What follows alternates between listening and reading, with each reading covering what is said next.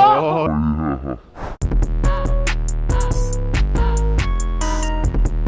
we're going to be talking about all of the shit that I wish I knew 6 years ago when I started BMX. What's going on? My name is Greyson Roberts. If you're new to the channel, make sure you hit that subscribe button. Also, if this helps you out, hit that like button so I know to make more tutorials that aren't direct tricks, but just kind of overall BMX to help you just kind of grow faster in BMX. The whole concept of wishing I knew things right out of the gate, because I would have advanced by a matter of years.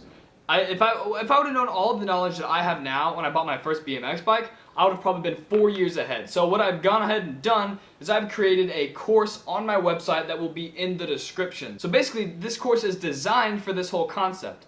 It teaches you, obviously, it's 45 minutes long, first of all, so it's much more in-depth, and I talk about way more things than that, but it's everything that you need to know to start BMX. It's called the Beginner's Guide to BMX. So I believe it's $7.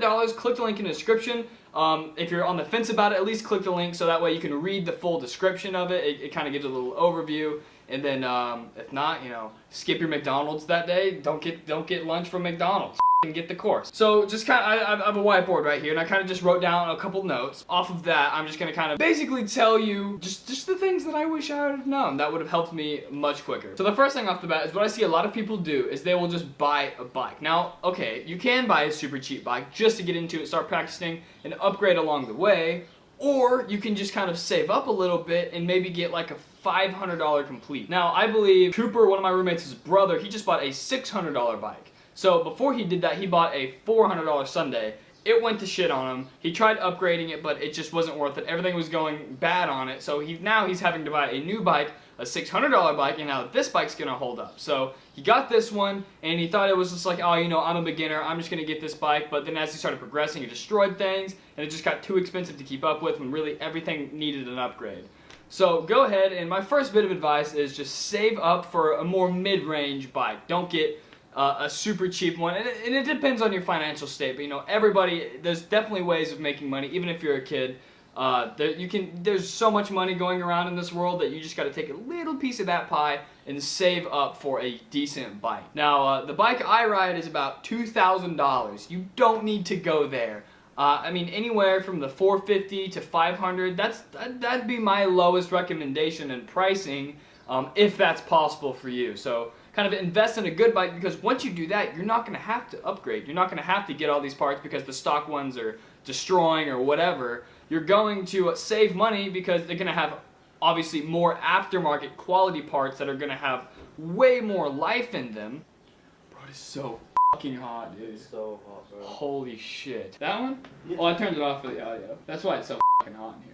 Kind of in the same thing, do not buy parts unless you absolutely need it. So what I used to do when I first started BMX is, first of all, I got just a entry-level piece of crap. It was like a $200 Verde Complete. I bought that. Sure enough, I started breaking parts. Before I actually got the breaking parts, I was obsessed with modifying it, changing the colors, changing the looks, making it just look cooler, but not really upgrading, if that makes sense. So I wasted probably hundreds of dollars, and you know, that's a lot of lawns mowed, that's a lot of chores done, because I believe I was in junior high, so I would have been like 13 years old, 14 years old, and just wasting all this money on, I got a fucking purple chain, bro, I got bright yellow grips, I got white wall tires, yo, nobody gives a fuck about that. So I don't recommend buying parts unless you absolutely need it, or if you just have the budget and don't give a damn. But this kind of goes, again, along with that is, so instead of kind of spending these monies on these unnecessary parts, save for the ones you need,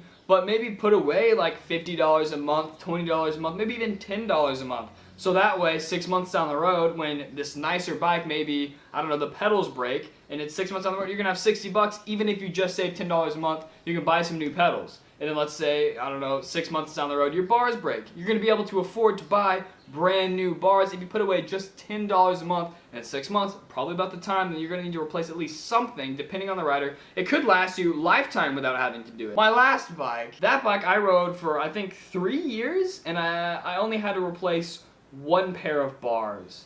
and maybe one hub. That's it, besides from like grips and pedals. That's all I had to replace, and I mean, it's not that much better. That bike wasn't that much better than what you could get for $500-600 complete from Sunday. Invest in a good bike and save a little. Even if you got to save an extra year, you got your whole life to ride bikes, man. Just ride your buddies. Just save up for a good bike. It save you the headache, save you the hassle. It's the smart thing to do, and then don't go waste money on parts. And instead of doing that, put just a little bit of money away each month, and then that way you're gonna completely have a budget. You're gonna fulfill whatever bike breaking needs you're gonna have. I really wish I'd have known that, because I've been in positions where I've spent so much money on parts, I didn't have enough money to get into the skate park, or I didn't have enough money to go buy a tube when I popped a tube. You know what I mean? So definitely be wise with your decisions. Don't just go crazy if you got a ton of tooth fairy money or what. Even if you're 30 years old and you're watching this, you got a 250.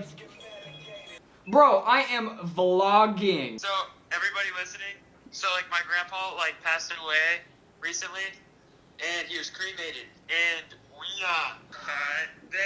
Alright, peace, bro. Thanks for the update. I'm gonna link his channel in the description below. First of all, I don't know really what the fuck that was about, but I'm gonna link his channel down below. Go subscribe to Cooper. I'm actually having a giveaway. Watch yesterday's or last upload, and you can get the details on the giveaway because it's still happening. Anyway, where the fuck was I? You where I was?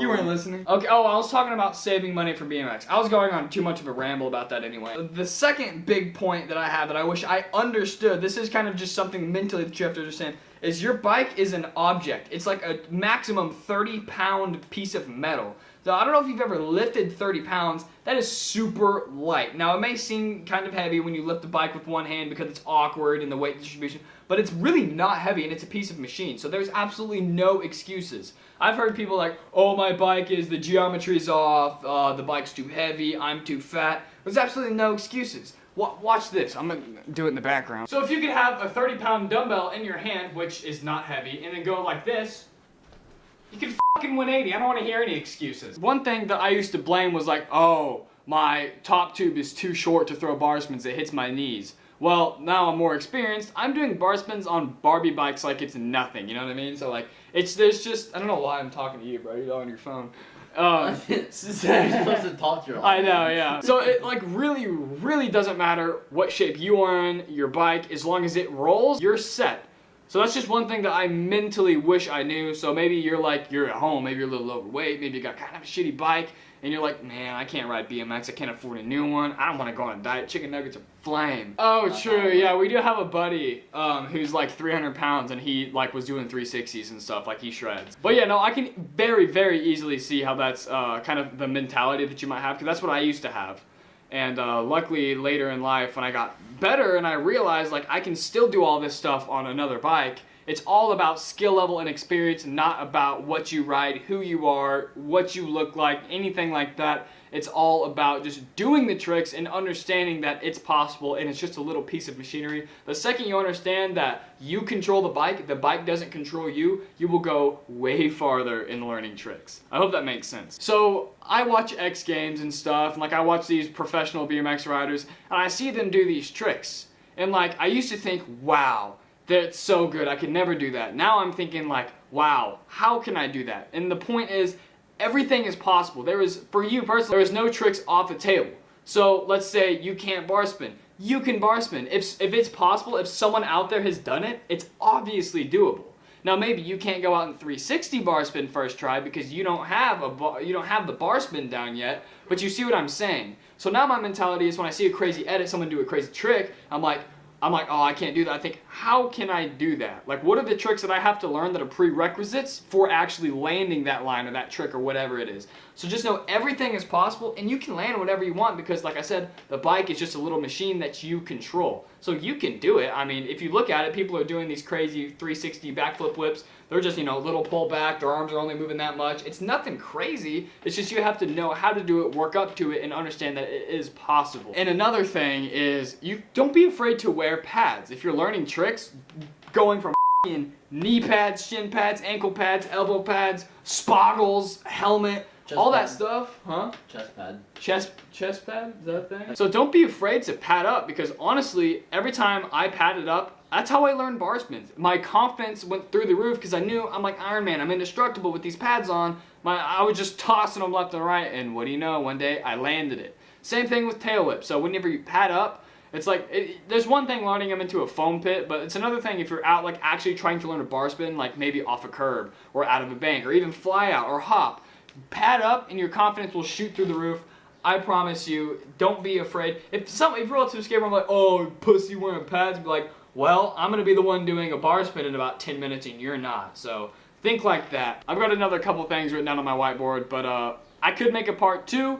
But everything that I could ever talk about would definitely be in the course. So if you just want that now instead of having to wait a month when maybe I make the other like 25% of that, go ahead and get that course. But one thing that really helped me was finding people even slightly better than me or way better than me at the skate park, preferably way better, and playing games of bike with them. I was really good friends with this guy named Chase Kaufman. He shreds, used to ride for Monster, and he was way, way better than me. I played games of bike with him every single time we rode because he would teach me to do tricks I haven't even thought of. So he's obviously super good, and I'm not that good.